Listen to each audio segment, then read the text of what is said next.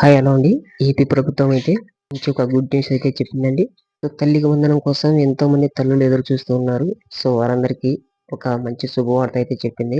So ఈ నెలలో అలాగే రైతు భరోసా అంటే అన్నదాత సుఖీభవ 20,000 రూపాయల కోసం రైతన్నలు ఎదురు చూస్తున్నారు. సో వారి పెట్టుబడి సాయం కోసం ఇక రేపు నెలలో జూన్ మాసంలో అయితే మొదలు పెట్టడం జరుగుతుంది. సో ఈ మే నెలలో వారికి ఈ 20,000 రూపాయలు ఇస్తే ఎంతో కొంత సాయం చేసినట్లు ఉంటుందని చెప్పి గతంలో ఎలక్షన్లో 20 రైతన్నలకు 20,000 రూపాయలు అయితే ఇస్తామని చెప్పడం అయితే జరిగింది. సో ఇందులో ఇటు తల్లికి వందనం పథకము, ఇటు అన్నదాత సుఖీభవ ఈ రెండు పథకాలకు ఈ నె ఈ నెలలో మేము రిలీజ్ చేస్తాము అని చెప్పడం అయితే జరిగింది.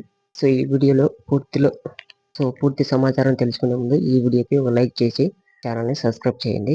ప్రతి గవర్నమెంట్ సంబంధించిన ప్రతి పథకానికి మీరు మొట్టమొదటిగా చూడాలంటే ఈ ఛానల్ని సబ్స్క్రైబ్ చేయండి.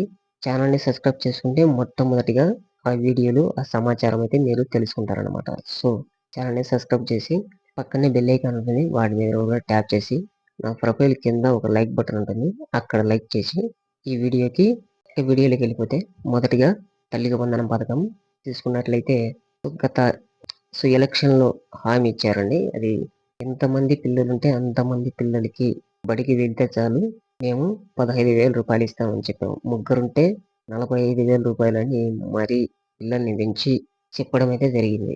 సో ఇలా ఎంతమంది పిల్లలకు బడికి వెళ్తూ ఉంటే అంతమందికి డబ్బులు ఇస్తారు అని ఎలక్షన్లో చెప్పడం అయితే జరిగింది. సో ఆ హామీ అయితే ఇప్పుడు మే నెలలో మేము అమలు చేస్తామని చంద్రబాబు నాయుడు గారు అయితే ప్రకటించడం జరిగింది. అది నిన్న 1వ తారీఖు టెలికాన్ఫరెన్స్ ద్వారా ఎమ్మెల్యేలు, ఎంపీలు, ఎమ్మెల్సీలు మొత్తం బూత్ స్థాయి నేతలతో టెలికాన్ఫరెన్స్ ద్వారా ఈ విషయం అయితే చెప్పడం అయితే జరిగింది. సో ఈ నెల అంటే మే నెల ఈ పథకాలు అయితే మేము రిలీజ్ చేస్తామని చెప్పడం అయితే జరిగింది. సో ఈ 2వ తారీఖు అంటే ఈ 2వ తారీఖు అమరావతి పునఃప్రారంభం చేస్తామని, ఇందుకు నరేంద్ర మోడీ గారు అయితే మే 2వ తేదీన రాజధాని అమరావతి పునఃప్రారంభోత్సవం జరగనున్నది.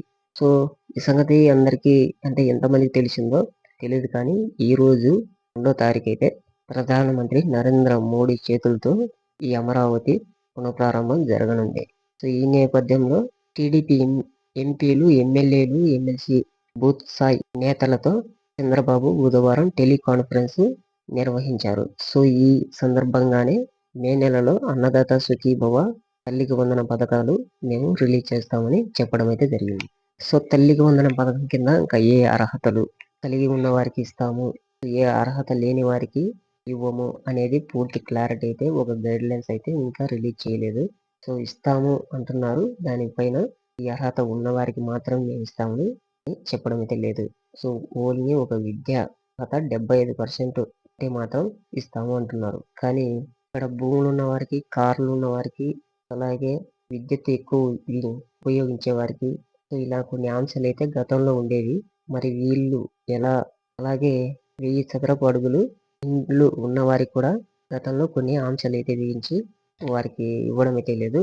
సో మరి వీళ్ళు అప్పటిలో వ్యతిరేకించారు వీటిని. సో ఇవి ఉన్న వారికి కూడా నువ్వు అమ్మఒడి ఇవ్వాలి అని తెలుగుదేశం ప్రభుత్వం అయితే అప్పట్లో వైసీపీని వ్యతిరేకించారు. సో మరి వీళ్ళు ఇప్పుడు ఏ అంశాలు బిగిస్తారు అనేది మనకు క్లారిటీ ఇవ్వలేదు.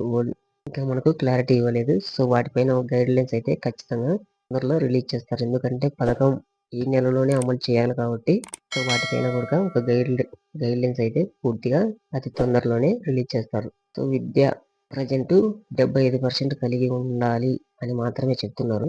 గతంలో కూడా 75% విద్య అర్హత ఉండాలని చెప్పి ఉండేది. సో చూసుకుంటే కనుక ఈ అన్నదాత తల్లికి వందనం పథకం ఈ డబ్బులు కూడా 3 విడతలుగా ఇస్తామని కొన్ని వార్తలు అయితే వచ్చాయి.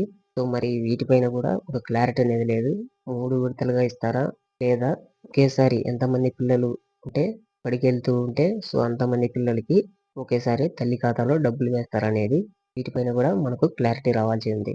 సో ఇక చూసుకుంటే అన్నదాత సుఖీభవ డబ్బులు ఈ నెలలోనే రిలీజ్ చేస్తామని చెప్పారు. సో వాటిపైన చూసుకుంటే అన్నదాతకు 20,000 రూపాయలు అయితే ఇస్తామని ఎలక్షన్లో చెప్పడం అయితే జరిగింది. సో ఆ విషయం అందరికీ తెలిసినది.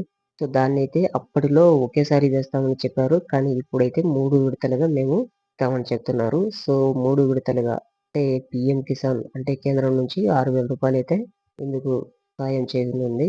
సో ఇలాగే రాష్ట్రం నుంచి అయితే 14,000 రూపాయలైతే ఇవ్వడం జరుగుతుంది. సో ఈ 2 కలిపితే 20,000 రూపాయలవుతుంది.